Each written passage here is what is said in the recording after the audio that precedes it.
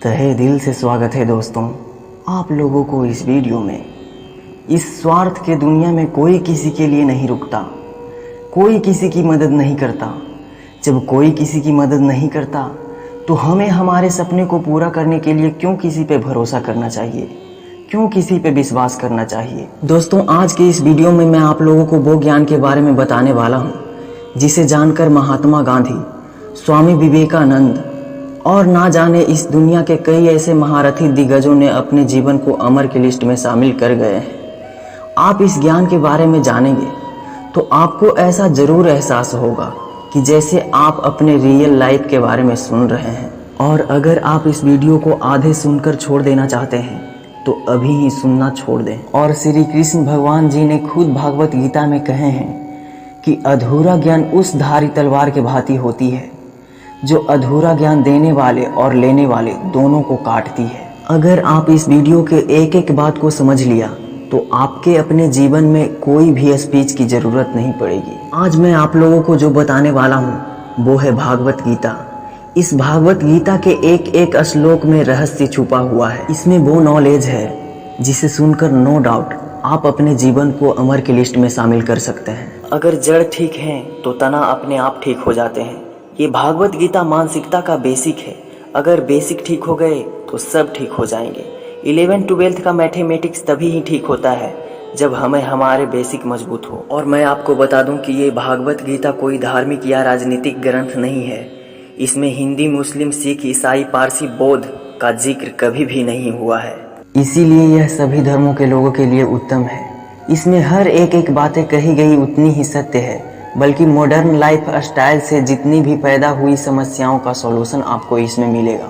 कई ज्ञानी विद्वानों ने कहा है कि भागवत गीता ज्ञान का सागर है। इसमें यह बताया गया है कि कोई भी बड़े सपने को पूरे कैसे किए जाते हैं, किसी भी ब्रेकअप के सदमे से कैसे बाहर आते हैं, जिंदगी कैसे जीना चाहिए, जीवन जीने का सही तरीका क्या है, किसी भी इमोशन को दूर कैसे किए जाते हैं, पॉजिटिव थिंकिंग कहाँ से लाते हैं, हम क्या हैं, आखिर इस दुनिया में आए हैं तो किस लिए आए हैं, मरने के बाद हमारे साथ क्या होगा, क्या सही है, क्या गलत है, क्या भगवान है या नहीं, खुशी कहाँ से लाते हैं, हमेशा खुश कैसे रहते हैं, ये ब्रह्मांड कैसे बना, क्या हमारा फिर से जन्म होगा या नहीं होगा, किसी भी परेशानी को कैसे निपटाए जाते हैं।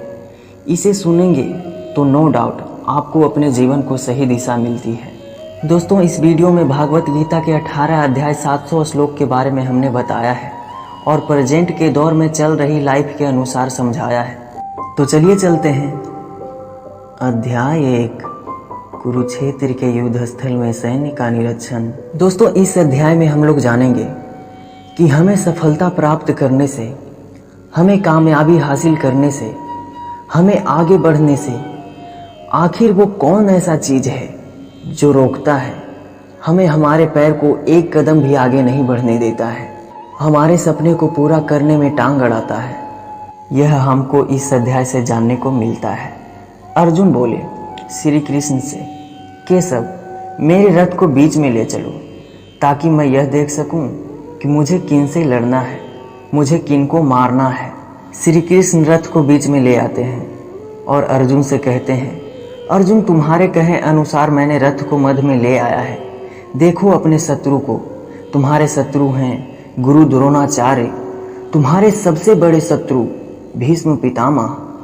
अर्जुन बोले, ये क्या मधुसूदन, मैं इन्हें कैसे मार सकता हूँ। गुरु द्रोणाचार्य जिन्होंने मुझे गांडीव पकड़ना सिखाया, जिन्होंने मुझे धनु विद्या सिखाई, पितामह भीष्म जिन्होंने मुझे मेरी उंगली पकड़कर चलना सिखाया, मैं इन्हें कैसे मार सकता हूँ। मैं अपनों को ही मारूं, इससे तो अच्छा है कि मैं भिखारी बन जाऊं।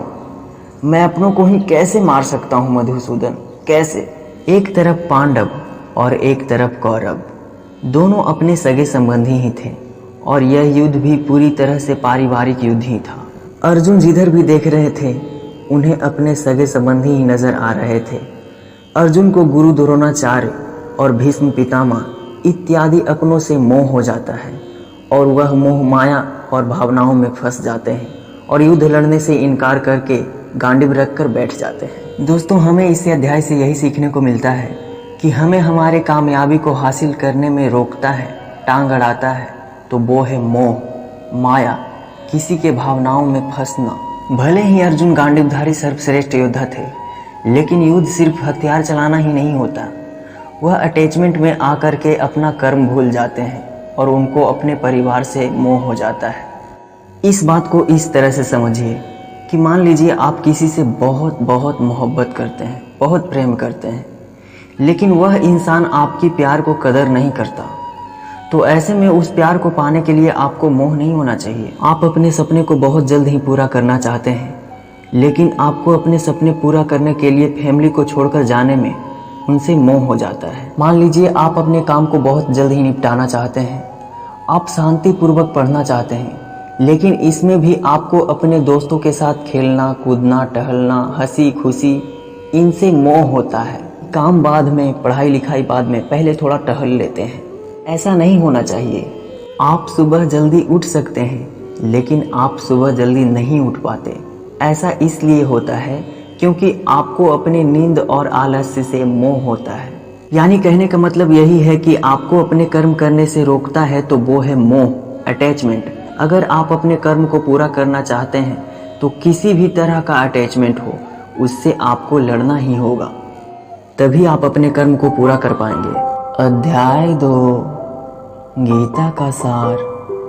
दोस्तों, इस अध्याय में हम लोग जानेंगे हमारे पूर्ण जन्म के बारे में, हमारे मृत्यु के बारे में, आत्मा के बारे में, गुस्सा क्यों आता है, इसका कारण क्या है और इसका सलूशन भी क्या है। और साथ में यह भी जानेंगे कि हमेशा खुश कैसे रहते हैं, किसी भी तरह के इमोशन से बाहर कैसे आते हैं, और जानेंगे कि किसी भी समस्या से घिर जाने पर डिसीजन कैसे लेते हैं। अर्जुन जब युद्ध लड़ने से इनकार कर देते हैं और हार कर बैठ जाते हैं तो श्री कृष्ण अर्जुन को बोलते हैं, हे अर्जुन, जिस तरह की बातें तुम कर रहे हो यह एक वीर पुरुष को शोभा नहीं देती। इसीलिए अपने हृदय की तुच्छ दुर्बलता को त्याग कर क्षत्रिय के भांति युद्ध करो, क्योंकि क्षत्रिय धर्म है युद्ध करना। अर्जुन बोले, हे मधुसूदन, मैं भी जानता हूँ कि मैं क्षत्रिय हूँ, युद्ध करना मेरा धर्म है, परंतु इस युद्ध भूमि में युद्धाभिलाषी इस स्वजन समूह को देखकर मेरा शरीर ढीला पड़ रहा है, मेरी आत्मा कांप रही है, मेरा गला सूख रहा है, परस्पर विरोधी विचारों के आक्रमण से मेरी मति भ्रमित हो गई है। इस दुविधा के कारण मुझे मेरा मार्ग स्पष्ट दिखाई नहीं दे रहा है। हे कृष्ण, तुम मेरे गुरु हो, तुम मेरे भगवान हो, मैं तुम्हारे शरण में आया हूँ, तुम मेरा मार्गदर्शन करो, मुझे रास्ता बताओ, क्या उचित है क्या अनुचित। अब जब कोई श्री कृष्ण के शरणों में आ जाए तो वो तो भगवान है, वो दया के सागर हैं, वो कृपा के सागर हैं, वो नहीं दे ऐसा कभी भी नहीं हो सकता। दोस्तों, यहाँ से आरंभ होता है वो ज्ञान जो आपको ध्यान लगाकर समझना चाहिए। जब तक समझ में ना आ जाए तब तक बार बार सुनकर समझना चाहिए। श्री कृष्ण बोले, अर्जुन, जिस तरह की बातें तुम कर रहे हो यह एक वीर पुरुष पे शोभा नहीं देता। तुम्हें क्या लगता है कि तुम्हें मारने से ही ये लोग की मृत्यु हो जाएगी और तुम ही इनको मारोगे? नहीं अर्जुन, नहीं। इन लोगों का पिछला जन्म भी था और अगला जन्म भी था और आगे भी होता रहेगा, क्योंकि ये लोग शरीर नहीं, ये लोग आत्मा है और आत्मा को किसी भी तरह से नष्ट नहीं किया जा सकता। और तुम समझ रहे हो कि इन लोगों को मारूंगा तो मुझे पाप लगेगा, तो ये समझ लो कि इन लोगों का तू नहीं बल्कि मैं मार रहा हूँ। तू तो सिर्फ इन लोगों को मारने का कारण है। और अर्जुन, आत्मा कभी भी नष्ट नहीं होता है। आत्मा अगले जन्म के लिए उसी तरह से अपने शरीर को छोड़ता है जिस तरह से कोई व्यक्ति अपने पुराने कपड़े को उतार कर नए कपड़े को धारण करता है। सारे संसार के मानव जाति का जन्म देने वाला भी मैं हूँ और मारने वाला भी मैं हूँ। तू बता, क्या किसी मरे हुए इंसान को जिंदा कर सकता है? मरे हुए इंसान को जीवित नहीं कर सकते तो इन्हें मार भी नहीं सकते। अर्जुन, इन सबों का जन्म देने वाला मैं हूँ और मारने वाला भी मैं ही हूँ, और ये लोग मरने के बाद मेरे ही शरण में आएंगे। इन सबों का मृत्यु मैंने तेरे ही हाथों लिखा है। और तुम्हें अब भी लगता है कि आत्मा मरती है, तो ये जान लो, जिस तरह से आत्मा जन्म लेकर मरती है उसी तरह से मरने के बाद उसे फिर से प्रकृति के चक्र पूरा करने के लिए जन्म लेना पड़ेगा। इस प्रकार से भी आत्मा नष्ट नहीं हुआ, तो तू बता कि तू इसका जिम्मेदार कैसे हुआ। अर्जुन, ये जान लो कि जिस क्षत्रिय के जीवन में उसको युद्ध लड़ने को प्राप्त होता है, तो वो ना तो केवल भाग्यशाली है, बल्कि उसका तो धर्म और कर्म ही युद्ध लड़ना है। और तुम फिर भी युद्ध नहीं लड़ोगे तो ये जान लो कि तुमने अपना ना तो धर्म और ना ही तो कर्म निभाया। और अगर तुम ऐसा करोगे तो तुम्हें तुम्हारे नाम के साथ धब्बे लग जाएंगे, तुम्हारे नाम में एक कलंक लग जाएगा। जो लोग तुम्हारी प्रतिष्ठा करते हैं, जो लोग तुम्हारी प्रशंसा करते हैं, वही लोग कल तुम्हारे वीरता पे सवाल उठाएंगे। इसीलिए अर्जुन, मैं कहता हूँ कि हार जीत, दुख सुख, फायदे नुकसान के बारे में ना सोचते हुए युद्ध लड़ो। अगर इस युद्ध में तुम मारे भी गए तो मेरे ही शरण में आओगे, और अगर इस युद्ध में तुम विजयी हुए तो इस धरती पे ही सुख भोगोगे। अर्जुन, इस संसार में तुमने जितना भी आज तक सीखा है, वह ज्ञान मेरे इस ज्ञान के आगे बहुत ही तुच्छ है। जब तुम कोई कार्य करते हो तो उस काम के करने के पहले ही उसके परिणाम के बारे में सोचते हो, जो कि गलत है। तुम्हें पहले यह जान लेना चाहिए कि फल देने वाला मैं हूँ और कर्म करने वाले हो तुम। इसीलिए उसके परिणाम के बारे में सोचे बगैर ही उस कार्य को अपने दिल से करो, तब उस काम को तुम अच्छे ढंग से कर पाओगे। कार्य करने के पहले ही उस कार्य के बारे में मत सोचो, कर्म करो, फल का चिंता मत करो। फिर अर्जुन ने क्वेश्चन किया, माधव मुझे यह बताइए कि कोई मनुष्य किसी के भावनाओं में बहने लग जाए, किसी के माया मोह में पड़ जाए, तो वह अपने सोच पे कैसे नियंत्रण पा सकता है। फिर श्री कृष्ण बोले, हे अर्जुन, वह मनुष्य, वह व्यक्ति जो अपने मन के सभी इच्छाओं और सभी कर्मों को करते हुए भी अपने उस फल के बारे में सोचना बंद कर देता है, वह प्राणी स्थिर बुद्धि कहलाता है। अर्जुन, ऐसे मनुष्य के मन से हर डर, हर क्रोध भावना नष्ट हो जाते हैं।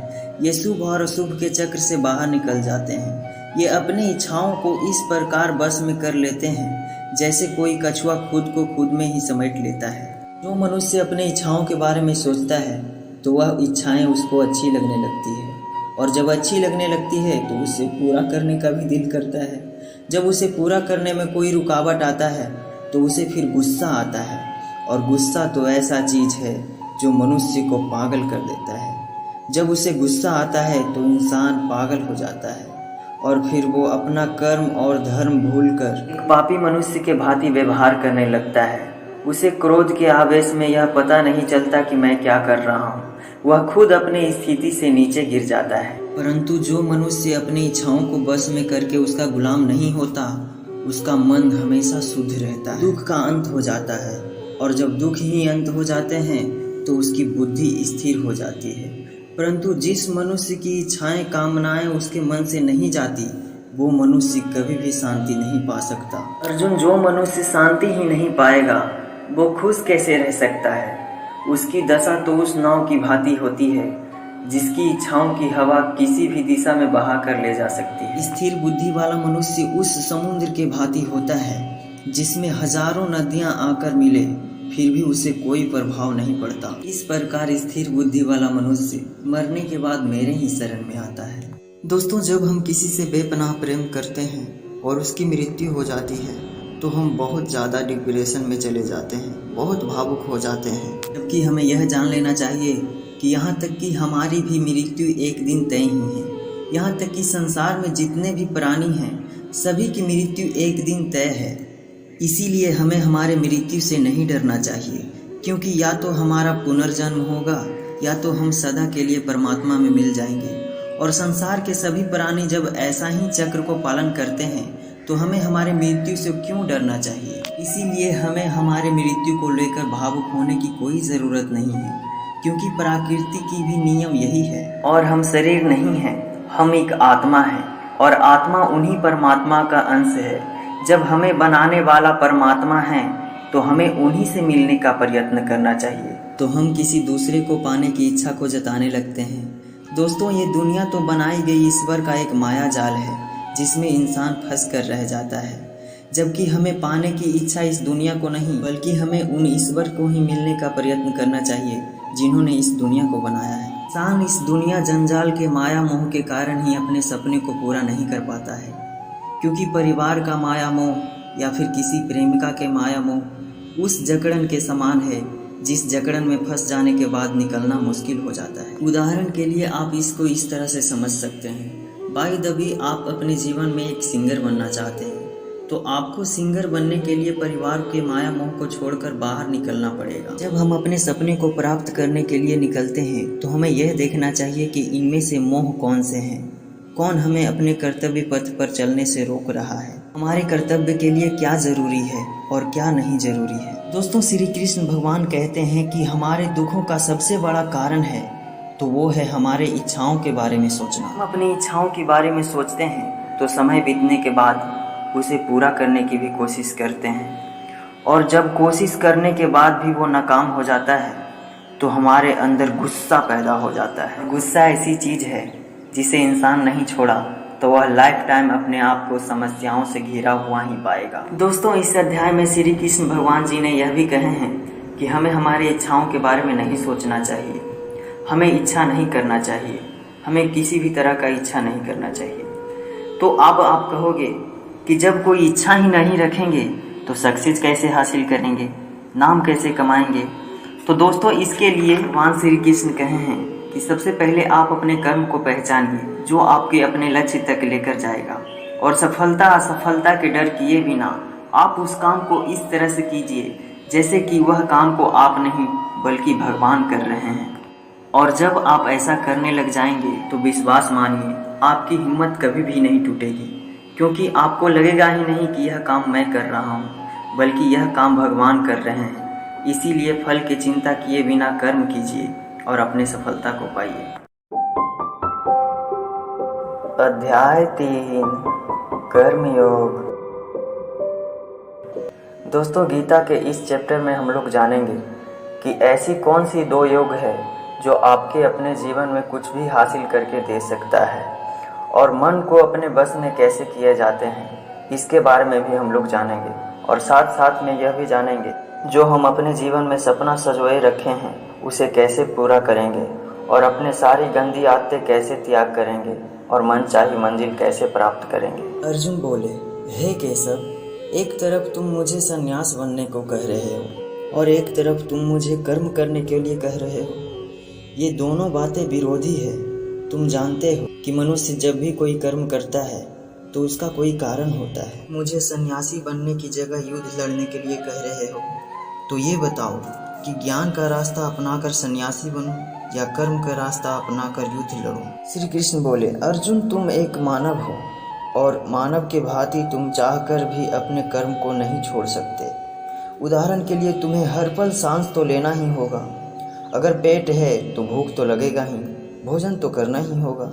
इसका कहने का तात्पर्य यह है कि तुमसे जाने अनजाने में कर्म तो हो ही जाएगा। और तुम एक क्षत्रिय भी हो, अपने धर्म से भी बंधे हो, इसीलिए तुम्हारे लिए कर्म का रास्ता ज़्यादा सही है। कहने का तात्पर्य यह है कि ज्ञान योग और सांख्य योग के जगह कर्म योग तुम्हारे लिए ज़्यादा सही है। इसीलिए कोई भी कार्य करो तो यह सोचकर करो कि यह कार्य मैं नहीं बल्कि भगवान कर रहे हैं। फल की चिंता किए बिना कर्म योग करो। अगर तुम अपने आप को कर्म करता नहीं मानोगे तो मैं तुम्हारा कर्म करता बनूंगा और इस तरह से तुम्हारे जीवन में जो भी तुम्हें ज़रूरत होगा, जो भी सुविधाएं होगी, जो भी सुख होंगे, वो सब तुम्हें बिना मांगे ही मैं दे दूंगा। और अर्जुन, बिना मेहनत किए ही तुम अगर सुख सुविधाएं का भोग करोगे तो तुम एक चोर कहलाओगे और फिर इस तरह से तुम कभी भी परमात्मा यानी मुझ में नहीं मिल पाओगे। जिस तरह से महान लोग खाने के लिए नहीं बल्कि जीने के लिए खाते हैं, उसी तरह से तुम भी परिणाम के लिए नहीं बल्कि कल्याण के लिए युद्ध लड़ो। अर्जुन, तुम मनुष्य में श्रेष्ठ के पारी में भी आते हो, इसीलिए जैसा तुम करोगे वैसा ही तुम्हारा संतान, आने वाली पीढ़ी, ये दुनिया करेगी। अब तुम मुझे ही देख लो, मैं तो भगवान हूँ, मुझे भला क्या काम करने की आवश्यकता है। फिर भी मैं इसलिए करता हूँ क्योंकि मनुष्य की आत्मा मेरा ही एक छोटा सा अंश है। इसीलिए जैसा मैं करूँगा वैसा मनुष्य करेगा। अर्जुन, तुम्हें तुम्हारे जीवन में अगर कोई साथ ना दे या फिर कोई तुम्हारा निंदा करे, फिर भी तुम अपने कर्म करो। ऐसा करने पर वह मनुष्य भी तुम्हारे तरह करने लग जाएगा।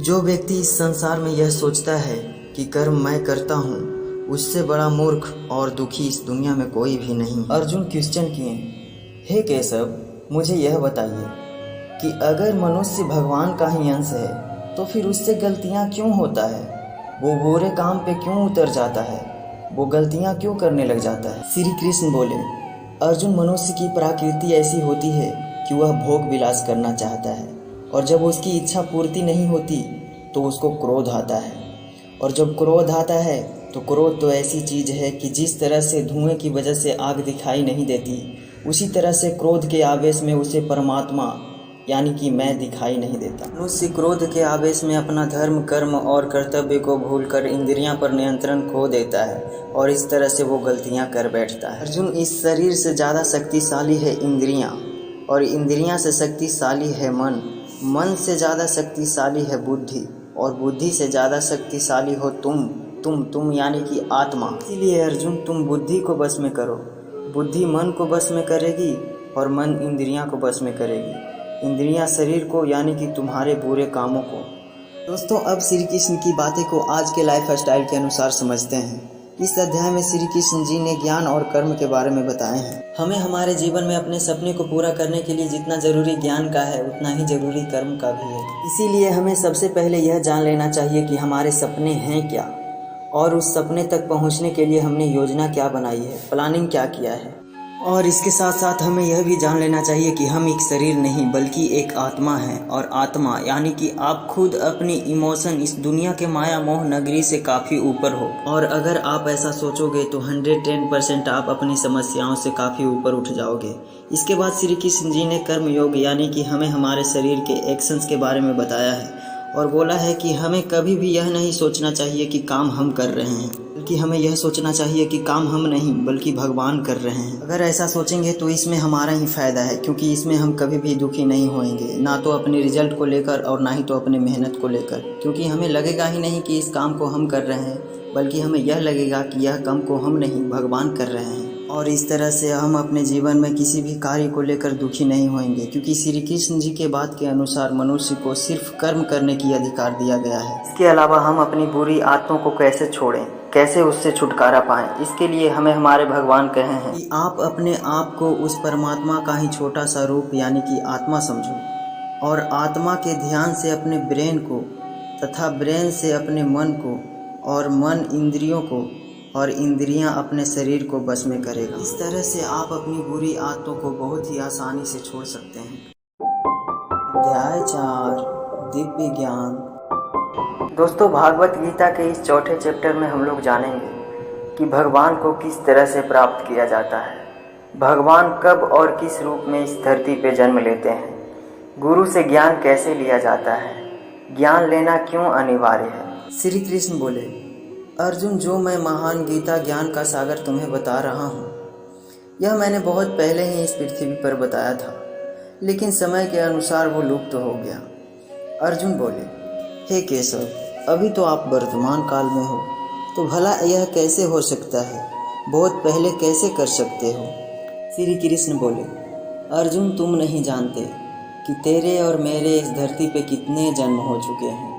जब जब इस धरती पे धर्म का नाश होता है तब तब मैं मानव रूप में इस धरती पे जन्म लेता हूँ, और पुनः धर्म का स्थापना करके अपने शरीर को यहीं छोड़कर वापस चले जाता हूँ। पार्थ, यह कथनी सत्य है कि मैंने ही इस संसार को बनाया है, लेकिन मैं यह नहीं सोचता कि मैंने इस संसार को बनाया है।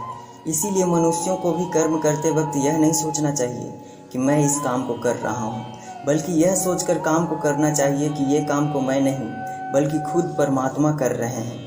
वही मनुष्य श्रेष्ठ होता है जो अपने काम को सुख दुख से परे होकर के करता है। जो मनुष्य किसी भी तरह के फल और सुख दुख से परे होकर केवल काम करता है और यह सोचकर करता है कि ये काम को खुद परमात्मा कर रहे हैं, वही मनुष्य सबसे अच्छा है, वही मनुष्य श्रेष्ठ है। जो मनुष्य अपने आप पे, अपने शरीर पे किसी भी तरह का अहंकार नहीं रखता, अपने शरीर को बस में रखता है, वही मनुष्य उच्च जाति का होता है, वही मनुष्य श्रेष्ठ होता है। अर्जुन, जो मनुष्य इस धरती पे खुश नहीं रह पाता वो परलोक में भी खुश नहीं होता। इसीलिए किसी मनुष्य को अपने गुरु को पहचान कर, अपने इंद्रियों को जीत कर, अपना लालच छोड़कर उनकी सेवा करके उनसे वह ज्ञान सीखना चाहिए जिससे बड़े बड़े पापी भी मेरे शरण में आ जाते हैं। पार्थ, जो शिष्य मुझसे अधिक प्रेम करता है उससे भी मैं उतना ही अधिक प्रेम करता हूँ। अर्जुन, जिस तरह से सूखी लकड़ियाँ आग को जला देता है, उसी तरह से गुरु का सीखा हुआ ज्ञान हर तरह के अज्ञान को मिटा देता है। हमेशा अपने कर्मों पे अडिग रहने वाला, हमेशा मुझ में प्रेम रखने वाला ही मुझे प्राप्त कर पाता है। इसीलिए जो मनुष्य कर्म योग से सभी कर्मों को और खुद को मुझ परमात्मा में अर्पण कर देता है, ऐसे मनुष्य को उसके कर्म कभी भी नहीं बांधते। इसीलिए अर्जुन, तू भी मेरे दिए हुए ज्ञान से यह समझ कि कर्म तू नहीं बल्कि मैं कर रहा हूँ। दोस्तों, इस चौथे चैप्टर में हम लोगों को यही सीखने को मिलता है कि इस धरती पे पाप जब बढ़ जाता है, मानवता का नामो निशान मिट जाता है, तब भगवान किसी न किसी आकार में, किसी न किसी रूप में इस धरती पे जन्म लेते हैं और पुनः धर्म का स्थापना करते हैं। इस चैप्टर में यह भी बताया गया है कि अगर आपको अपने गुरु से ज्ञान प्राप्त करना है तो सबसे पहले आपके मन में उनके प्रति किसी भी तरह का द्वेष भूसा नहीं होना चाहिए। उनके प्रति आपके मन में रिस्पेक्ट होनी चाहिए। फिर आप कहेंगे कि हमें किन्हीं गुरुओं से ज्ञान लेने की आवश्यकता ही क्या है। तो दोस्तों, जिस फील्ड में आप काम कर रहे हैं, जिस फील्ड में आप कामयाब होना चाहते हैं, जाहिर सी बात है कि उस फील्ड के बारे में आपको जानकारी होना चाहिए, तो गुरु से ज्ञान तो लेना ही पड़ेगा। अध्याय 5 कर्म संन्यास योग। अर्जुन बोले, हे श्री कृष्ण, अभी भी मुझे यह नहीं समझ में आ रहा है कि मेरे लिए कर्म अच्छा है या कर्मों से संन्यास। श्री कृष्ण बोले, देखो अर्जुन, भले ही कर्म और संन्यास दो अलग अलग रास्ते हों, लेकिन दोनों के मंजिल एक ही हैं और वो हैं भगवान। जो व्यक्ति अपने मन को भटकने नहीं देता, जो कर्म करके भी यह समझता है कि यह कर्म मैं नहीं बल्कि भगवान कर रहे हैं और सभी जीव जंतुओं को उसी परमात्मा के हिस्सा मानता है, वह मनुष्य मरने के बाद भी परमात्मा में ही मिल जाता है। महान मनुष्य अपना हर एक काम अपना विचार साफ करना और दूसरों का कल्याण करने में लगाते हैं। देखो अर्जुन, परमात्मा कभी भी मनुष्यों को बुरी काम करने के लिए नहीं उकसाता, बल्कि लोग खुद ही क्रोध और लोभ में आकर के बुरे कर्मों के साथ साथ उनके फलों का भी निर्माण करते हैं। मैं तो उनका ही फल बस उन्हीं को वापस कर देता हूँ। इस शरीर को कितना ही सुख दे दो, लेकिन फिर भी इसकी इच्छाएं पूरी नहीं होती। इसीलिए अर्जुन, तेरे जैसे बुद्धिमान व्यक्ति को शरीर की इच्छाओं में मन नहीं लगाना चाहिए। इस संसार में असली योगी वही है जो अपने शरीर को नाश होने से पहले अपने क्रोध को नाश कर लिया हो, जो संपूर्ण प्राणियों का हित करता है, जिसका मन किसी भी कर्मों में नहीं बनता और जो अपने भटकते हुए मन को परमात्मा को याद करके एक जगह केंद्रित करता है, वही व्यक्ति सुखी भी है और वो परमेश्वर का सबसे प्यारा भी है। हे अर्जुन, ये इंद्रियां, मन, बुद्धि, इच्छा, आशा, डर, क्रोध इत्यादि तेरे दुश्मन हैं, इनका त्याग कर दो। दोस्तों, आप ऐसा जरूर एहसास किए होंगे कि हमारा शरीर हमेशा रिलैक्स रहना चाहता है, क्योंकि बाई नेचर शरीर एक निर्जीव चीज़ ही है अगर इसमें आत्मा ना हो तो। लेकिन हम यह सोच लेते हैं कि मैं तो शरीर हूँ, मेरी आँखें हैं, ये मेरा हाथ है और ये मेरी पैर हैं, और अब मेरा शरीर मुझे आराम करने के लिए बोल रहा है, मुझे सोने के लिए बोल रहा है। तो इसका मतलब यह है कि आपकी शरीर आपकी बुद्धि पर भारी पड़ चुका है। इसीलिए आपको यह समझना चाहिए कि आप एक आत्मा हो और इस शरीर को अपनी बुद्धि से जिस तरह चलाओगे वह वैसा ही चलेगा। अध्याय 6 ध्यान योग। भगवान श्री कृष्ण बोले, हे अर्जुन, केवल अपने शारीरिक कर्मों को त्यागने वाले योगी नहीं कहलाता, बल्कि जो व्यक्ति करने योग्य सब कर्मों को करते हुए भी उसके फल का लालच नहीं करता, वही असली योगी कहलाता है। जो व्यक्ति अपने मन को जीत लेता है तो उसके लिए इस संसार में और कुछ भी जीतना नहीं रह जाता है, और जिसका मन इधर उधर भटकता रहता है उसके लिए कुछ भी पाना आसान नहीं होता, क्योंकि हमारा गुलाम मन हमारा मित्र होता है, और अगर हम इस मन को उसके मन से चलने देते हैं तो यही मन हमारा शत्रु बन जाता है। जो व्यक्ति अपने मन के किसी भी विचार, वासना या वस्तु से मोहित नहीं होता, जो मित्र, दुश्मन, महात्मा, पापी, जीव जंतु इत्यादि के प्रति सम्मान, दया भाव रखता है, वही असली योगी है। हे अर्जुन, जब किसी मनुष्य में इस तरह के योगी भाव आने लगे तो बिना किसी आशा के, बिना किसी भय के, बिना किसी डर के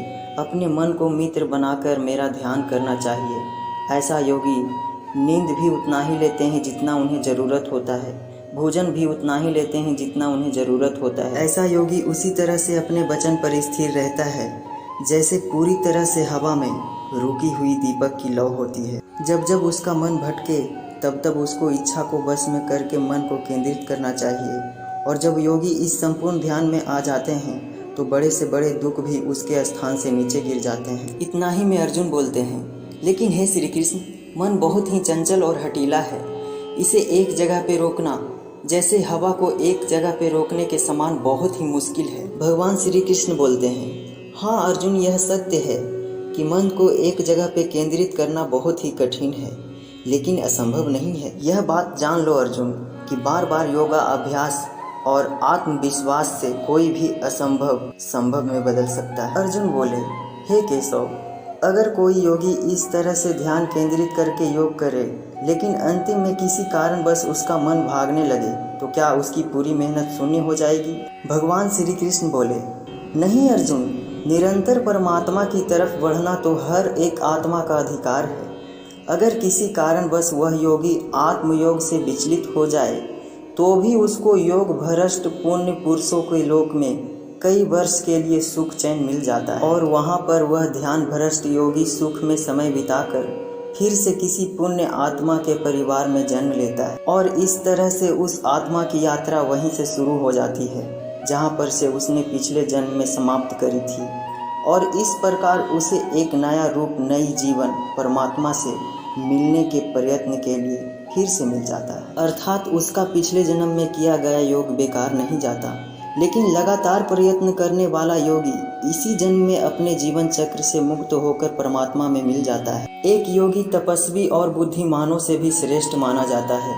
इसीलिए अर्जुन, तू भी योगी बन, और योगी योगियों में भी परम होता है, वह मेरा परम प्रिय होता है। दोस्तों, इस बात को आज के लाइफ स्टाइल के अनुसार समझते हैं। हर वो व्यक्ति जिसने बड़ा ख्वाब देखा है, जिसकी आंखों में कुछ बड़ा करने का सपना है, उसको अर्जुन की तरह ही एक योगी बनना चाहिए। वो इंसान है जो पूरी तरह से इमोशनली बैलेंस्ड है, नेचुरल है, जो दुख सुख दूसरों की बातें मायने नहीं करता, हमेशा अपने टारगेट को पूरा करने के लिए मेहनत करता है। लेकिन दोस्तों, जिंदगी का किसको पता, भगवान न करे कि ऐसा हो कि कोई इंसान उसके सपने पूरे करने से पहले ही मर जाए, तो उसकी मेहनत तो मेहनत ही रह गई, सपने तो सपने ही रह गए। पर इस बात को लेकर के चिंतित होने की कोई ज़रूरत नहीं है, घबराने की कोई ज़रूरत नहीं। इस बात के लिए भगवान श्री कृष्ण बोले हैं कि अगर आप मेहनत कर रहे हो और उस काम में आप बहुत ही एक्सपीरियंस गेन कर लिया है, बहुत नॉलेज हासिल कर लिया है, लेकिन फिर भी आपको मंजिल नहीं मिल पाई, किसी कारण बस आपकी मृत्यु हो गई, या तो आप सपने के लिए काम करते करते बूढ़े होकर मर गए, तो इस केस में आपको धरती पर सुख मिले या ना मिले, लेकिन आपको स्वर्ग में सुख आनंद मिल जाएगा जितना आप मेहनत किए। और जब आपके अच्छे कर्मों का फल खत्म हो जाएगा तो आप फिर से धरती पर जन्म लेकर आओगे, और आप ऐसे ही माहौल वाले घर में जन्म लोगे जिसमें आपको पिछले जन्म का ज्ञान नेचुरली ही मिल जाएगा, और आपको उसके आगे से मेहनत करने के लिए फिर से पूरी नई जिंदगी मिल जाएगी। ऐसा मैं नहीं, स्वयं भगवान श्री कृष्ण कहते हैं। अध्याय 7, भगवान का ज्ञान। भगवान श्री कृष्ण बोलते हैं, हे अर्जुन, अब मैं जो तुम्हें बताने जा रहा हूँ, इसको जान करके इस संसार में दूसरी कोई भी ज्ञान की ज़रूरत तुम्हें नहीं पड़ेगी। हजारों लोगों में से कोई एक ही मुझे पाने की कोशिश करता है, और उन हजारों में से कोई एक ही मुझे पूरी समर्पण के साथ प्रेम करता है। मेरे 2 रूप हैं, एक जड़ रूप यानी कि जल, पृथ्वी, आकाश, वायु, अग्नि, अग्नि के साथ साथ मन, बुद्धि, अहंकार है। वही दूसरा चेतन रूप जिसमें इस सृष्टि का चक्र है। समय को भी मैं ही चलाता हूँ। जल, सूरज, चंद्रमा, ओमकार में मैं ही हूँ। पृथ्वी की सभी पवित्र गंध, अग्नि और बुद्धि जीवियों का तेज, तपस्वियों का तप, धर्मों का पवित्र कर्म, बलवानों का बल, अलग अलग समय का बीज भी मैं ही हूँ। ये संसारिक लोग संसार के गुलाम हैं, इसीलिए मुझे नहीं जान पाते। वास्तव में ये तो शारीरिक गुण भी मेरी ही माया है, मगर जो मनुष्य इस मेरी ही माया जाल को तोड़ देता है वो मेरा हो जाता है। माया जाल में फंसे हुए मूर्ख लोग मेरी शरण में नहीं आ पाते हैं। कोई भी भक्त 4 तरह से मेरी पूजा करता है। वो पहला है कोई प्राप्ति चाहने वाला, दूसरा है कोई दुख में याद करने वाला, तीसरा है मुझे जानने की इच्छा रखने वाला, और चौथा है या फिर से मुझे पहले से ही जानने वाला। लेकिन इनमें से मुझे प्रेम करने वाला ज्ञानी मुझे बहुत पसंद है। ये चारों ही तरह के भक्त दयावान होते हैं, लेकिन ज्ञानी पुरुष तो मानो जैसे मेरा ही रूप हो। और ज्ञानियों में भी ज्ञानी मुझे बहुत सारे जन्मों से मानता आया है, वो मृत्यु के पश्चात मुझ में ही समा जाता है। जो लोग किसी इच्छा पूर्ति के लिए अगर किसी देवता की भक्ति करते हैं तो मैं उन भक्तों की आस्था को उन्हीं देवताओं में स्थिर कर देता हूँ और वो भक्त उन्हीं देवताओं को प्राप्त हो जाते हैं। लेकिन यह फल ज़्यादा समय तक नहीं चलता। अगर कोई भक्त किसी भी प्रकार से मेरी ही पूजा करता है तो उसे मैं अपना ही बना लेता हूँ। जो मूर्ख मुझे जन्म लेने और मरने वाले समझते हैं वो मुझे प्राप्त नहीं कर पाते।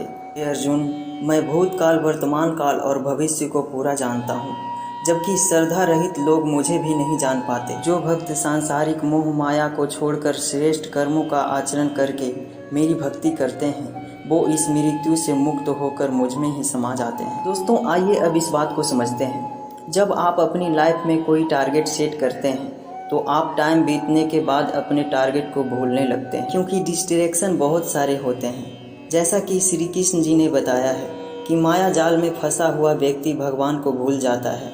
ठीक वैसे ही कई बार बहुत मेहनत करने वाला व्यक्ति भी राह से भटक जाता है और सोचने लगता है कि ये टारगेट बेकार है, चलो लाइफ के मज़े लेते हैं, कल को क्या पता रहूं या ना रहूं। और इस तरह के लोगों को गीता में मूर्ख कहा गया है, क्योंकि ये डिस्ट्रैक्शन तो मेहनत करने वाले लोगों को आजमाते हैं कि ये इसमें उलझ कर रह जाएगा या फिर इसको पार कर जाएगा। और इस तरह से लगातार बिना भटके हुए जो कड़ी मेहनत करता है उसी को सफलता हासिल होता है, उसी को सफलता मिलती है। अध्याय 8, भगवान की प्राप्ति। अर्जुन बोले, हे श्री कृष्ण, ये परम ब्रह्म क्या है, अध्यात्म क्या है, कर्म क्या है, ये संसार क्या है और ये देवता कौन है, इस संसार का फैसला कौन करता है और कोई योगी आपको कैसे पहचानता है। भगवान श्री कृष्ण बोले, ब्रह्म परम अक्षर है, अध्यात्म जीवों का स्वरूप है, कर्म भूतकाल का एक ऐसा त्याग है जिससे वर्तमान में परिणाम उत्पन्न होते हैं।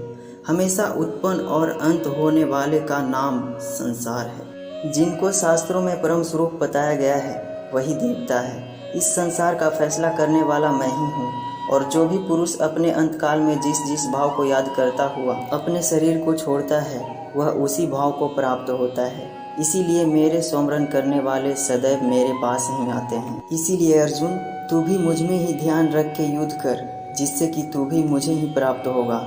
जो लोग हमेशा मुझे याद करते हैं वह बहुत आसानी से मेरे पास आ जाते हैं, और जो मेरे पास आ जाते हैं उसके दुख और मृत्यु चक्र समाप्त हो जाते हैं। ब्रह्मा का एक दिन 1000 युगों का होता है और एक रात भी 1000 युगों की होती है। ब्रह्मा के दिन में ही सारी संसार का निर्माण होता है और रात के निर्माण में ही वह फिर से ब्रह्मा में समा जाता है, और हर दिन ऐसा ही चक्र चलता रहता है। लेकिन जो मेरे भक्त होते हैं वो जल्द ही इस चक्र से मुक्त हो जाते हैं। अर्जुन, अब मैं तुम्हें 2 बातें बताऊंगा जिनसे होते हुए लोग या तो परम गति को प्राप्त होते हैं या तो फिर से इस संसार में वापस आते हैं। जब सूर्य का प्रकाश रहता है, शुक्ल पक्ष होता है और सूर्य उत्तरायण होता है, तब शरीर छोड़ने वाले कर्मयोगी मेरे पास हमेशा के लिए आ जाते हैं। जब रात्रि होते हैं तब कृष्ण पक्ष होता है, और जब सूर्य दक्षिणायन में होता है उस वक्त कर्मयोगी शरीर त्याग कर परलोक में बहुत समय तक तरह तरह के सुख आनंद भोग कर वापस जन्म लेते हैं। केवल एक योगी ही इस रहस्य को जानकर सब कर्मों के फल का मोह छोड़कर परम ब्रह्म को प्राप्त होता है। दोस्तों, इस बात को इस तरह से समझ सकते हैं कि कोई भी वो मंजिल जिसको पूरा करने पर पूरी दुनिया में नाम लिखना चाहते हैं तो उसके लिए आपको बहुत हार्ड वर्क करना पड़ेगा, क्योंकि जैसा श्री कृष्ण जी ने बताया कि ये संसार का चक्र बहुत बड़ा है और लोग आते रहते हैं और लोग जाते रहते हैं। लेकिन जिन लोगों को अपने लाइफ में कुछ बड़ा करना है, इस दुनिया में नाम कमाना है, इस दुनिया में इतिहास रचना है, कुछ ऐसा करना है जिससे कि उनका नाम इस दुनिया में सदा के लिए रह जाए, उन लोगों को ज्ञान योगी और कर्म योगी बनना पड़ेगा। ब्रह्मा का जो एक दिन है, इसका मतलब यह यूनिवर्स बहुत पहले से ही है और बहुत आगे तक चलेगा। इंसान की लाइफ उस यूनिवर्स के सामने बहुत छोटी है, इसीलिए ऐसा ना हो जाए कि आप अपनी लाइफ में सिर्फ सपने संजो के बैठ जाओ और ब्रह्मा जी का शाम हो जाए। अध्याय 9 अत्यंत गुप्त ज्ञान। भगवान श्री कृष्ण बोले, हे अर्जुन, अब मैं तुम्हें जो बताने वाला हूँ वो गुप्त और बड़ा ज्ञान है। जो मनुष्य मुझ में श्रद्धा नहीं रखता वह इस संसार में बार बार दुख भोगने के लिए आते रहते हैं और जाते रहते हैं। मैं ही इस संसार को बार बार बनाता हूँ और मैं ही इस संसार को बार बार मिटाता हूँ। मैं ही मनुष्य के कर्मों के अनुसार फल देता हूँ, पुनर्जन्म देता हूँ, लेकिन मुझे मेरे काम का बिल्कुल भी मोह और अहंकार नहीं है। मैं यहाँ तक कि इस कर्म को करते हुए भी इस कर्म के बंधन में नहीं बनता। सब कुछ करके भी मैं नहीं मानता कि मैं कुछ करता हूँ। मेरी माया जाल में फंसने वाले और मुझे नहीं समझने वाले मूर्ख लोग, बेकार की आशा और बेकार का काम करने वाले लोग हमेशा इसी संसार में फंसे रह जाते हैं। जो वेदों को पढ़ के स्वर्ग की प्राप्ति के लिए मेरी पूजा करते हैं, वे लोग इंद्र के स्वर्ग का आनंद भोगते हैं, लेकिन उनके स्वर्ग का सुख तब तक चलते हैं जब तक उनके मानव जीवन के पुण्य खत्म नहीं हो जाते, और जब उनके पुण्य खत्म हो जाते हैं तो उनको वापस इसी पृथ्वी पर जन्म लेने आना पड़ता है। किंतु जो मुझ में मतलब परमेश्वर को ही सब कुछ मानकर अपने कर्म फल को त्याग कर निरंतर प्रेम करते हैं, मैं न केवल उनकी आवश्यकताएं पूरी करता हूँ बल्कि सदा के लिए मैं अपनी शरण में उन्हें ले लेता हूँ। देवताओं को पूजने वाले देवताओं के पास, पितरों को पूजने वाले पितरों के पास, राक्षसों को पूजने वाले राक्षसों के पास और मुझे मानने वाले सदा मेरे पास ही आते हैं। हे अर्जुन, देवताओं, पितरों और भूतों को पूजने वाला का ज्ञान सीमित होता है और उनको फिर से मृत्यु लोक में आना पड़ता है। इसीलिए अर्जुन, तू भी अगर कुछ खाए, दान करे, तप करे, कर्म करे तो मुझ में ही अर्पण करके करना। इस प्रकार तू मुझको ही प्राप्त हो जाएगा। मेरे लिए प्रिय और अप्रिय सब बराबर हैं, यहाँ तक कि कोई अगर बहुत दुराचारी हो, चाहे पुरुष हो, चाहे राजा हो या चाहे भिखारी भी हो, तो वह भी मुझ में आसक्त होकर इस भवसागर से तर जाता है। इसीलिए अगर तू भी मुझ में समर्पित रहेगा तो मुझे ही प्राप्त करेगा। दोस्तों, जैसा कि श्री कृष्ण भगवान ने बोले हैं कि भक्त जिसका पूजा करता है मैं उसको उसी से जोड़ देता हूँ। दोस्तों, इस बात से यह निष्कर्ष निकलता है कि हम जैसा संगति करेंगे वैसा हमें रंगति मिलेगा। अगर हम निगेटिव थॉट्स वाले लोगों के साथ रहेंगे तो जाहिर सी बात है कि हमारा थॉट्स भी निगेटिव ही होगा। इसीलिए हमें निगेटिव थॉट्स वाले लोगों से दूर रहना चाहिए और जो लोग पॉजिटिव रहते हैं, जिनको जीवन में कुछ करने का मकसद है, उनकी रिस्पेक्ट करनी चाहिए कि आज भले ही वो कुछ नहीं हो, लेकिन जैसा कि भगवान श्री कृष्ण ने कहे हैं, जैसी भावना वैसी नतीजा। तो इस प्रकार वही रास्ते पर चलने वाले एक दिन मंजिल तक पहुंच ही जाते हैं। इसीलिए जिनका सपना बड़ा है, जो बहुत बड़ा ख्वाब देखे हैं, हमें उनका मजाक कभी भी नहीं उड़ाना चाहिए, क्योंकि ऐसा व्यक्ति किसी न किसी प्रकार, किसी न किसी तरह से वह अपने मंजिल पर पहुंच ही जाते हैं। अध्याय 10 भगवान की महिमा। भगवान श्री कृष्ण बोले, हे अर्जुन, तू मेरा सच्चा मित्र है, मुझसे बहुत प्रेम करता है, इसीलिए मैं तुम्हें अपने बारे में बताता हूँ।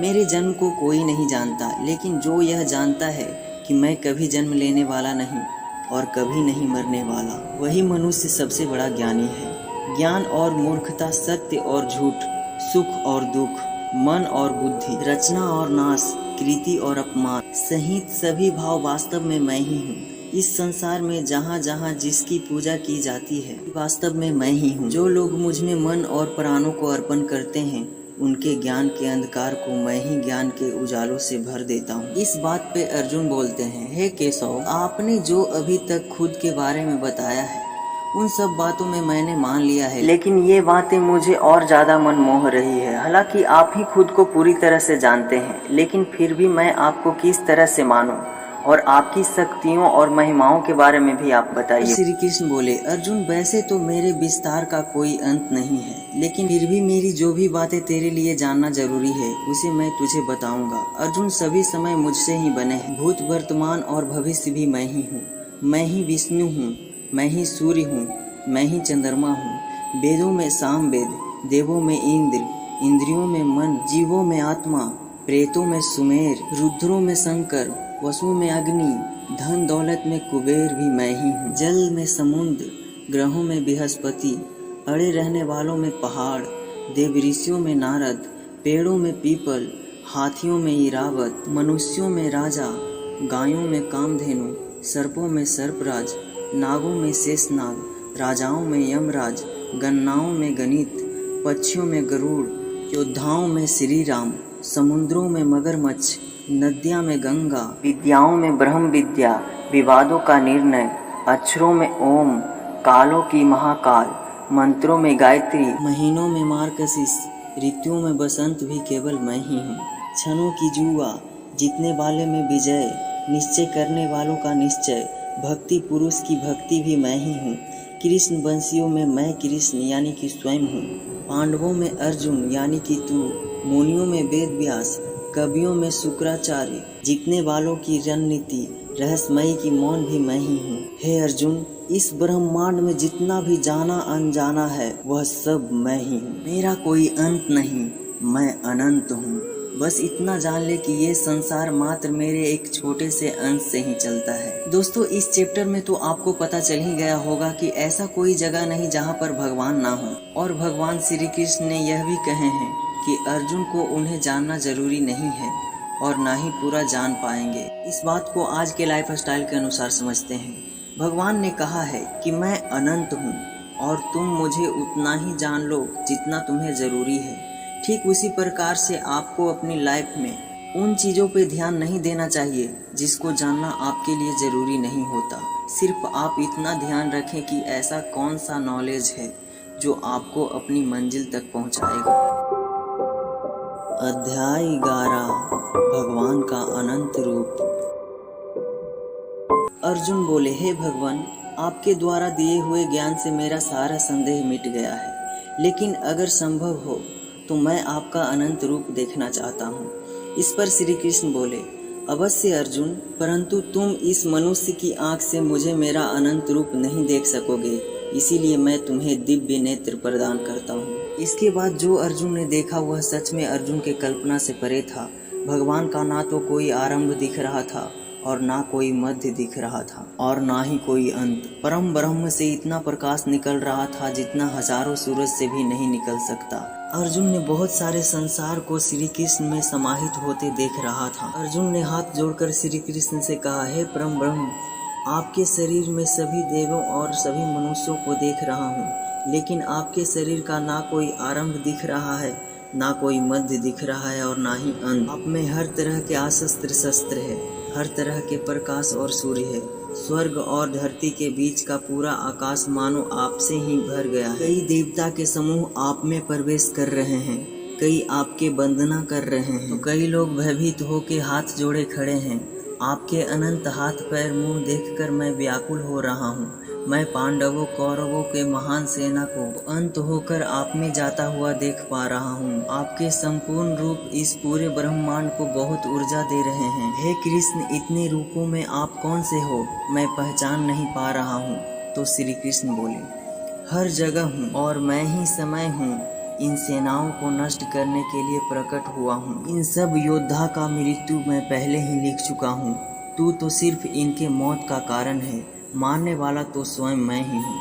इस बात पर अर्जुन भयभीत हो गए, लेकिन गदगद होकर बोले, आपका सह रूप देखकर मुझे आज पता चला कि क्यों योगी देव ऋषि देवता जैसी आत्माएं आपका पूजन करती है। आप तो सत्य और असत्य से भी परे हैं। आपके इस रूप का वर्णन करना मेरी बस की बात नहीं, मेरे पास शब्द ही नहीं। आपके रूप को वर्णन करने की आप ही इस जगत के पालन करता और विनाशक हो। आपको कोटि कोटि नमस्कार, आपको कोटि कोटि नमस्कार। नमस्कार आपके लिए हर दिशा से नमस्कार, क्योंकि आपकी कोई आदि नहीं है, मध्य नहीं है और अंत भी नहीं है।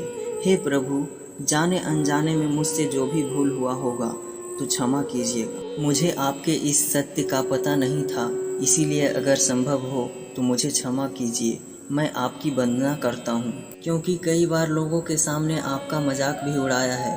भाई कृष्ण मित्र कहा है, पिता जैसे पुत्र को और सखा जैसे सखा को क्षमा कर देता है, वैसे ही आप मुझे क्षमा करें। आपके इस रूप को देखकर मैं खुश भी हो रहा हूँ और भयभीत भी हो रहा हूँ। इसीलिए अब आप कृपा करके आप अपना चतुर्भुज रूप दिखाएं, विष्णु रूप दिखाएं। आपको मुकुट चक्र और गदा में मैं देखना चाहता हूँ। इस बात पे श्री कृष्ण बोलते हैं कि अर्जुन, मैंने तेरे आग्रह पर वह रूप दिखाया है जिसको आज तक कोई मनुष्य नहीं देख पाया है और ना ही कोई देख पाएगा। मेरे इस रूप और अनंत आकार को देखकर तू व्याकुल भी ना हो और पागल भी ना हो और अब तेरी इच्छा अनुसार तू मेरा चतुर्भुज रूप भी देख। इस प्रकार भगवान श्री कृष्ण ने अपना चतुर्भुज रूप दिखाकर अर्जुन का साहस बनाया और अनंत रूप से उत्पन्न हुई व्याकुलता भी दूर करी। इसको देखकर अर्जुन बोलते हैं, हे श्री कृष्ण, अब मैं आपके इस रूप को देखकर फिर से शांत हो गया हूँ। भगवान श्री कृष्ण बोले, हे अर्जुन, जो चतुर्भुज रूप तुमने देखी है वो बड़ा ही दुर्लभ है और इसको देखने के लिए देवता भी तरसते हैं। यह चतुर्भुजी रूप दान, तप और वेद से देखा जा सकता है, परंतु अर्जुन, जो तेरी तरह मेरी परम भक्त है, तब बेपरायण है, वासना रहित है, तो अंत में मुझे ही प्राप्त होता है। इसीलिए मैंने यह रूप तुम्हें दिखाया है। दोस्तों, गीता के इस अध्याय में यह कहा गया है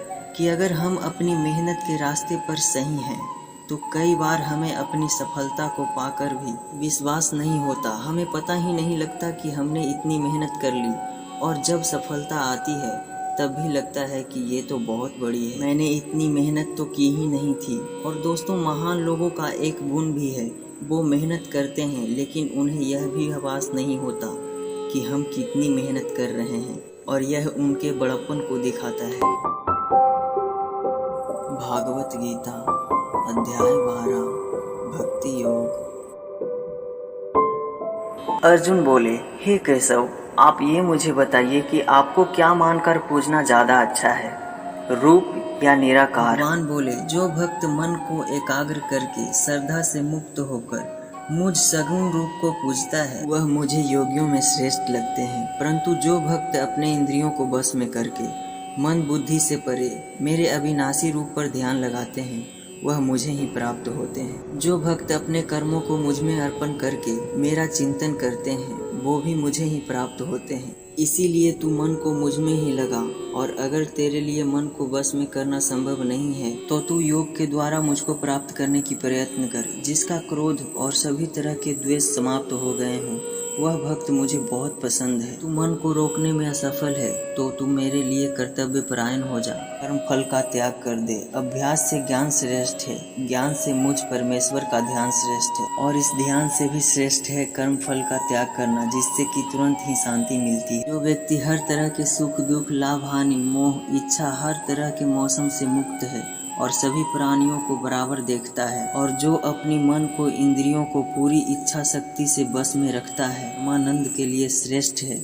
जो निंदा और प्रशंसा को एक समान समझता है, जो किसी भी स्थान पर किसी भी भोजन के साथ रह सकता है, वह भक्त मुझे श्रेष्ठ लगता है। दोस्तों, इस चैप्टर में बताया गया है कि आपके खुद के पुराने अनुभव से सीखना चाहिए। उदाहरण के लिए आप इस बात को इस तरह से समझ सकते हैं कि कोई एक इंसान या फिर कोई एक विद्यार्थी अपने लाइफ में कुछ बड़ा करना चाहता है। उसको कम खाना चाहिए और हर तरह के इमोशन में उसको यह सोचना चाहिए कि हम अपने खुद का सपना को कैसे पूरा करेंगे। अध्याय 13 क्षेत्र क्षेत्रज्ञ विभाग योग। भगवान श्री कृष्ण बोले, जिस तरह से खेत में जैसा बीज डालते हैं वह उसी प्रकार का सही समय आने पर फल देता है, उसी तरह से जीवन में भी जिस तरह से मनुष्य कर्म फल का बीज डालता है वही बीज समय आने पर उसी प्रकार का फल देता है। इसीलिए इस शरीर को क्षेत्र कहा गया है। यह क्षेत्र और क्षेत्रज्ञ ज्ञान बहुत विद्वानों द्वारा बहुत तरीके से कहा जाता है, और इस ज्ञान में 5 महाभूत यानी कि पृथ्वी, अग्नि, जल, वायु, आकाश को मिलाकर मन, बुद्धि और अहंकार, सभी इंद्रियां भी शामिल है। इसके साथ साथ इसमें सुख दुख, चेतना, शरीर, धैर्य और विकार शामिल है। अब परम ब्रह्म को प्राप्त करने वाला ज्ञान क्या है यह मैं तुझे बताऊंगा। मनुष्य में किसी भी तरह का खूबी होने पर उसे किसी भी तरह का घमंड नहीं होना चाहिए, किसी भी प्राणी को सताना नहीं चाहिए, किसी भी प्राणी के प्रति क्षमा भाव होना चाहिए, गुरु की सेवा की जानी चाहिए, मन और वाणी में सरलता होनी चाहिए, मन और समस्त इंद्रियों पर पूरा बस होना चाहिए, किसी भी तरह के भाव में नहीं बहना चाहिए, संतान, जीवन साथी, घर और धन में मोह नहीं होना चाहिए, अच्छे और बुरे में भी मन और बुद्धि की स्थिरता होनी चाहिए, वासना वाले लोगों से दूरी होना चाहिए, एकांतवास में मन को शुद्धिकरण करना चाहिए, मुझ परमेश्वर में पूरी तरह से समर्पण और ध्यान मग्न होना चाहिए। अर्जुन, अब मैं तुम्हें परम ब्रह्म के बारे में बताऊंगा। वो सर्वव्यापी, वह सब इंद्रियों के साथ भी इंद्रियों के बिना, और वो निर्गुण होते हुए भी गुणों के साथ है। वह सभी सजीवों निर्जीवों में है, वह दूर भी है और पास में भी है, लेकिन फिर भी जानने में नहीं आता। ब्रह्मा की तरह जीवन उत्पन्न करता है, विष्णु की तरह पालन करता है और शंकर की तरह विनाश करता है। अलग अलग कालों में होते हुए भी एक ही जैसा लगता है और एक ही कालों में अलग अलग तरह का होता है।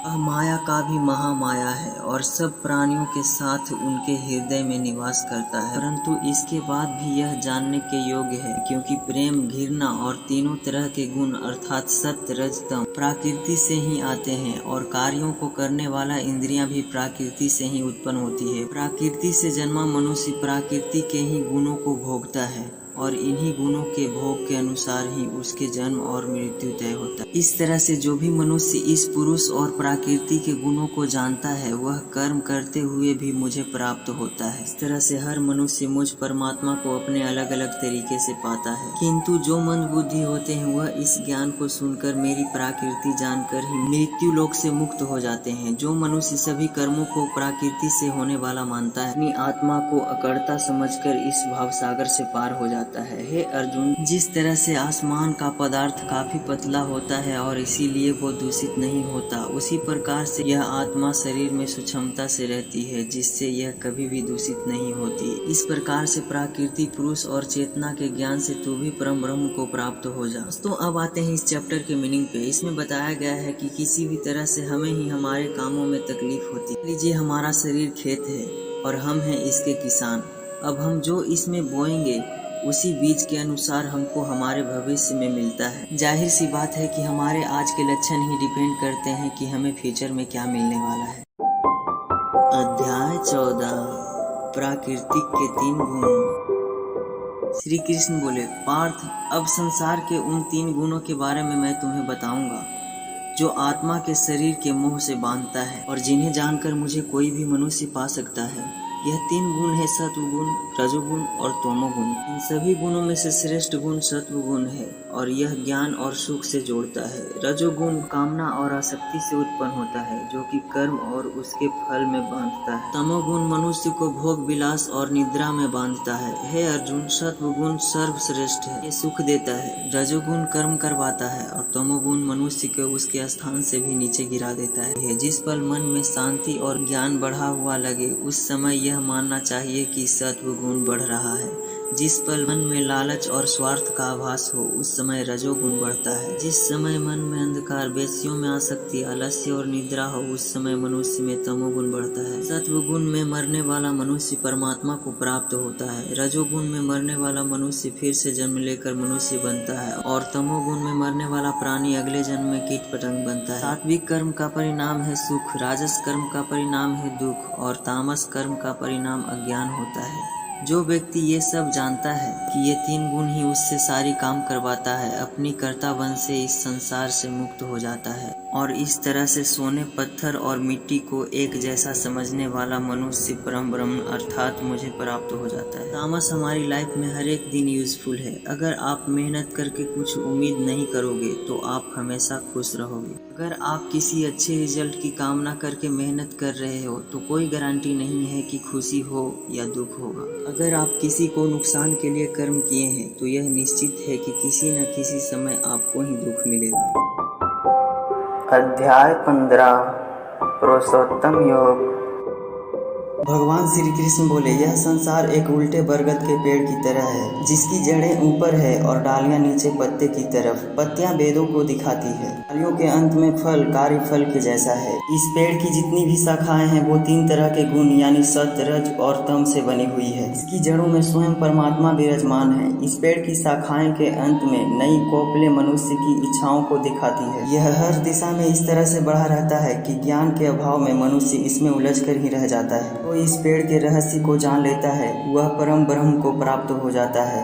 इसीलिए इस माया रूपी जीवन बरगद के पेड़ को ज्ञान की कुल्हाड़ी से काटकर योग का पालन करके उस परम ब्रह्म को ढूंढना चाहिए जिसका मान, मोह, सम्मान, अपमान सभी नष्ट हो गए हैं और बुद्धि स्थिर हो गई है। वह पुरुष इससे मुक्ति पा सकता है। मुक्ति पाकर जिस परम पद को लेकर पुरुष प्राप्त होते हैं उसको कोई सूर्य रोशन नहीं कर सकता, क्योंकि वह मेरा ही परम धाम है। हे अर्जुन, इस मानव शरीर में आत्मा मेरा ही अंश है। आत्मा ही मृत्यु के बाद दूसरी शरीर में चली जाती है। शरीर काम, आँख, त्वचा, जीभ, नाक सहित इन इंद्रियों का वासनाओं का सेवन करता है। ये बातें केवल ज्ञानी जन ही जानते हैं। इस संसार में शरीर नाशवान है और आत्मा अविनाशी है। इन सबों में सबसे श्रेष्ठ परमात्मा है जो कि सब लोगों का पालन पोषण करता है। इसीलिए मैं ही पुरुषोत्तम हूँ। दोस्तों इस चैप्टर में हमें यही बताया गया है कि हम उस चीज़ के पीछे ज़िंदगी भर भागते रहते हैं जो चीज़ हासिल करके भी हमारी इच्छा खत्म नहीं होती। हम जितनी इच्छाएं पूरी करते हैं उतनी ही और बढ़ जाती है। इसीलिए उस इंसान को जिसको लाइफ में कुछ बड़ा करना है उसको अपने डिटर्मिनेशन से उन इच्छाओं के जाल को काट लेना, तभी वह इस इल्यूजन वाले ट्री से परमात्मा को यानी कि आपके पर्सनल लाइफ के केस में सक्सेस को ढूंढ पाएगा।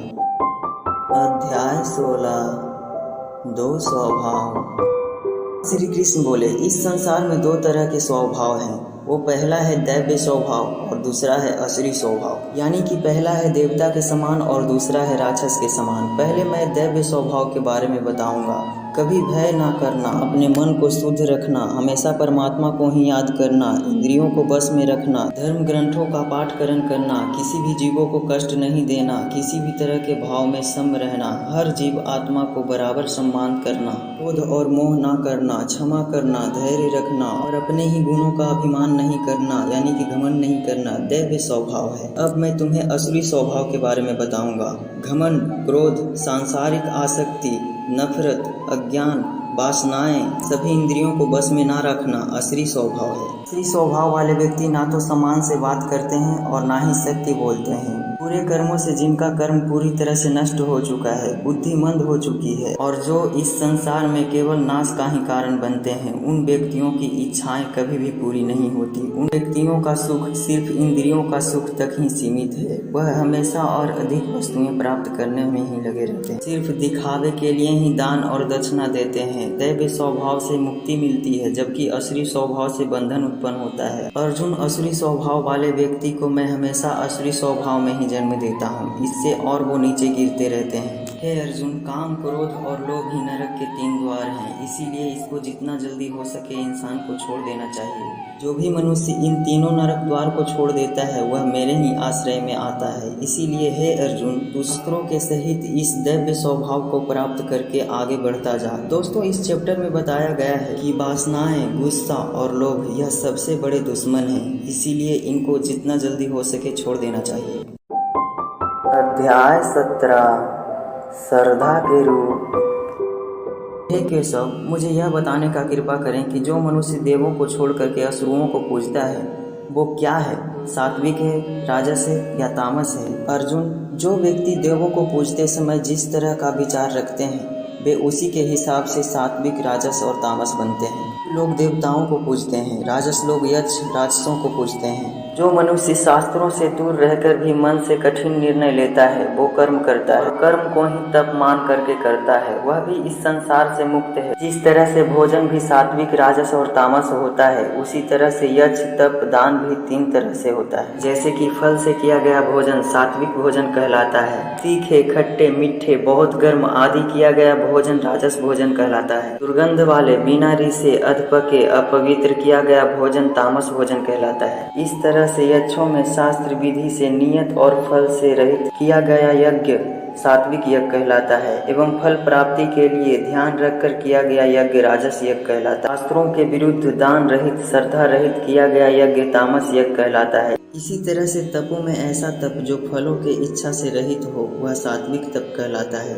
किसी वस्तु को प्राप्त के लिए किया गया यज्ञ राजस यज्ञ कहलाता है। वस्तु को प्राप्ति करने के लिए किया गया यज्ञ राजस तप कहलाता है और जो किसी के हानि के लिए किया गया यज्ञ तामस तप कहलाता है। जिसको जो आवश्यकता हो वह दान कर दिया जाए और यह समझा जाए कि यह दान कर्तव्य है, वह दान सात्विक दान कहलाता है। जैसे कि भूखों को खाना खिलाना, वस्त्रहीन को वस्त्र पहनाना, अकाल क्षेत्र में अन्न दान करना, जो दान उसके फलों से दृष्टि में रख करके और जो दान उसके फलों को दृष्टि में रख करके खुद का मान बढ़ाने के लिए, स्वयं की प्राप्ति के लिए और दान के बदले में वापस प्रति उपकार चाह में दिया गया दान, वह दान राजस दान कहलाता है। और जो दान बिना किसी सम्मान के, किसी को अपमान करके बलपूर्वक दिया जाता है वह दान तामस दान कहलाता है। जैसे कि किसी आरोग्य को बलपूर्वक दिया गया दान, श्रद्धा सहित और फल की इच्छा रहित और जगत कल्याण के लिए किया गया यज्ञ और तप मनुष्य को सांसारिक माया से मुक्त करके मुझ में विलीन करता है। दोस्तों इसमें आपने सुना है कि हर कर्म 3 प्रकार के होते हैं और इन कर्मों को करते टाइम आपके मन में जैसी भावना, जैसा मकसद होता है उसी तरह से आपको फल मिलता है और वो तीनों प्रकार हैं सत्य, रज और तम। सत्य सबसे अच्छा माना गया है है तब सबसे गिरा हुआ माना गया है। सत का मतलब है जो आप काम करते हैं, मेहनत करते हैं, उसमें इमोशनली स्टेबल होकर बिना उसका रिजल्ट के बारे में सोचे हुए मन की शुद्धता और सबकी कल्याण के लिए करें, वो सत्य है।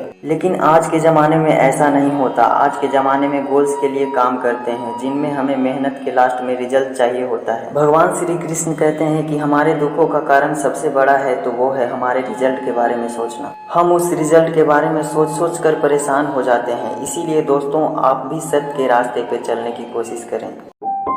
अध्याय 18 उपसंहार।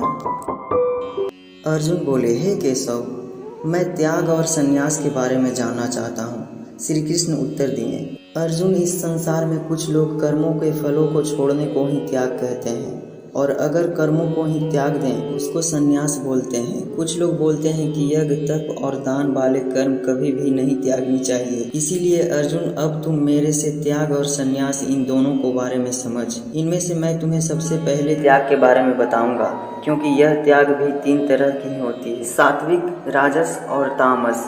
यज्ञ, तप और दान ये तीनों त्याग के योग्य नहीं, बल्कि फल की इच्छा के बिना किया गया यज्ञ, तप और दान ही सात्विक त्याग कहलाती है। यानी कि कहने का मतलब है, जो शास्त्रों में दिया गया कर्म और धर्म जिसमें फल और आसक्ति ना हो उसको सात्विक त्याग कहा जाता है।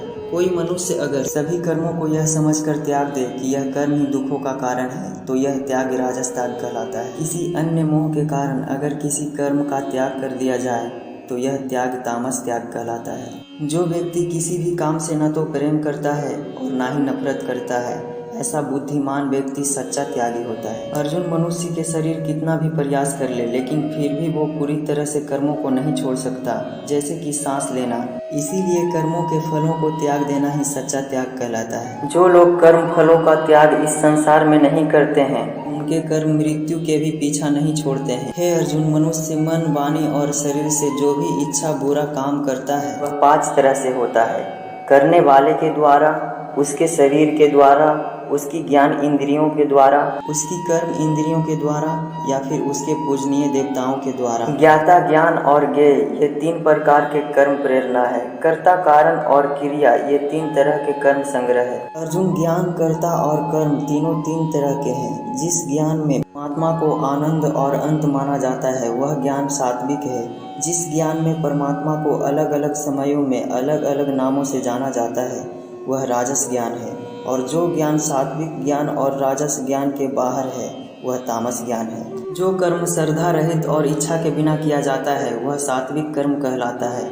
जो कर्म कुछ पाने के लिए किया जाता है वह राजस कहलाता है, और जो कर्म किसी का नुकसान के लिए किया जाता है वह तामस कहलाता है। इस प्रकार से सात्विक कर्म करने वाला सात्विक कर्ता और राजसी कर्म करने वाला राजसी कर्ता और तामसी कर्म करने वाला तामसी कर्ता कहलाता है। इस तरह बुद्ध और संकल्प भी 3 तरह के होते हैं। हे अर्जुन, सात्विक कर्म करने वाला, राजसी कर्म करने वाला और तामसी कर्म करने वाला का बुद्धि और संकल्प ये भी क्रमशः सात्विक, राजस और तामस होते हैं। अर्जुन, सुख भी 3 तरह के होते हैं। बिना किसी कर्म फल के परम ब्रह्म में ध्यान लगाकर मिलने वाला सुख सात्विक सुख कहलाता है। नींद, आलस्य और वासना इत्यादि तामस सुख कहलाता है। बुद्धि, शक्ति, राज्य इत्यादि की प्राप्ति के लिए राजस सुख कहलाता है। हे अर्जुन, इस पूरे ब्रह्मांड में इन तीनों प्रकार के अलावा और कुछ भी नहीं है। हे अर्जुन, ब्राह्मण, क्षत्रिय, वैश्य और शूद्र इन चारों के कर्म इनके गुणों के आधार पर बांटे गए हैं। अपने मन, इंद्रियों को बस में रखना, सभी प्राणियों का ध्यान करना,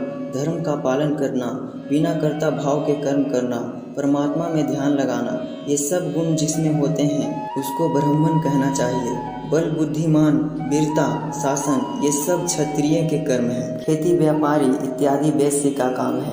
अतः इन सब वर्णों का सेवा करना शूद्र का कर्म है। हे अर्जुन, दूसरों धर्म और कर्म से तो अच्छा है भले ही कम गुण वाला हो लेकिन अपना ही कर्म और धर्म निभाए, और ऐसा करना ही मोक्ष के द्वार को खोलता है। मानव कर्मों में कुछ न कुछ कमियां जरूर रह जाती है, फिर भी उसको अपना कर्म नहीं छोड़ना चाहिए। जिस तरीके से कोई व्यक्ति भगवान को पा सकता है वह आदमी है हल्का भोजन करने वाला, अपने देश का धर्म निभाने वाला, इच्छाओं का त्याग करके एकांत में ज्ञान का अध्ययन करने वाला, मन, वाणी, शरीर को बस में रखने वाला, लाभ, हानि, सजीव, निर्जीव, मित्र, शत्रु इन सबों को बराबर सम्मान देने वाला, मंड, बल, मोह रहित और शांति सहित भगवान के अनंत भक्ति प्रेम करने वाला, सदा के लिए मेरे पास आ जाता है। इस तरह का ब्रह्म योगी ना तो कोई आशा करता है और ना ही स्वयं को या दूसरों को दोष देता है और ना ही दुख और सुख में विचलित होता है। इस तरह का कर्म योगी सब कर्म करता हुआ भी स्वयं को कर्ता ना समझकर मुझ परमात्मा को ही कर्म करने वाला समझता है। अर्जुन, इस तरह से तू भी इन बातों को समझकर अगर अपना धर्म और कर्म निभाओगे तो तू भी मुझ में परम पद पाएगा।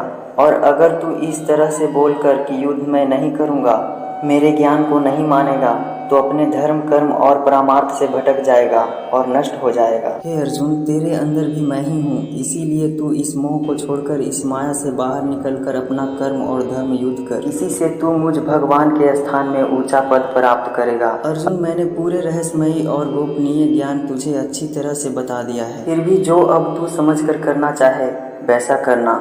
लेकिन अर्जुन, तू मेरा बहुत ही प्रिय है, इसीलिए मेरा ही भक्त बन और मुझे ही सदा प्रणाम कर। मैं प्रतिज्ञा करता हूँ कि ऐसा करने से तू मेरे ही पास आएगा। फिर भी यदि तुझे ऐसा लग रहा है तो जब तू मेरे ही शरण में आ जाएगा तो मैं तेरे सारे पापों को माफ कर दूंगा। इसीलिए तू दुखी मत हो। और अर्जुन, तू इस दिव्य ज्ञान को उस व्यक्ति के पास मत कहना जो इसको सुनना ना चाहे, जो इसका कदर या भक्ति कर्म नहीं करना चाहता। मेरे भक्त को मेरा प्रिय समझकर यह ज्ञान कहेगा, वह भक्त इस संसार में मेरा सबसे प्रिय भक्त होगा। इस गीता ज्ञान को समझना ही वास्तविक ज्ञान यज्ञ है और इस ज्ञान यज्ञ से ही मुझे कोई भक्त प्राप्त कर सकता है। हे अर्जुन, अब मुझे यह बता, क्या तेरा अज्ञान मिट गया है?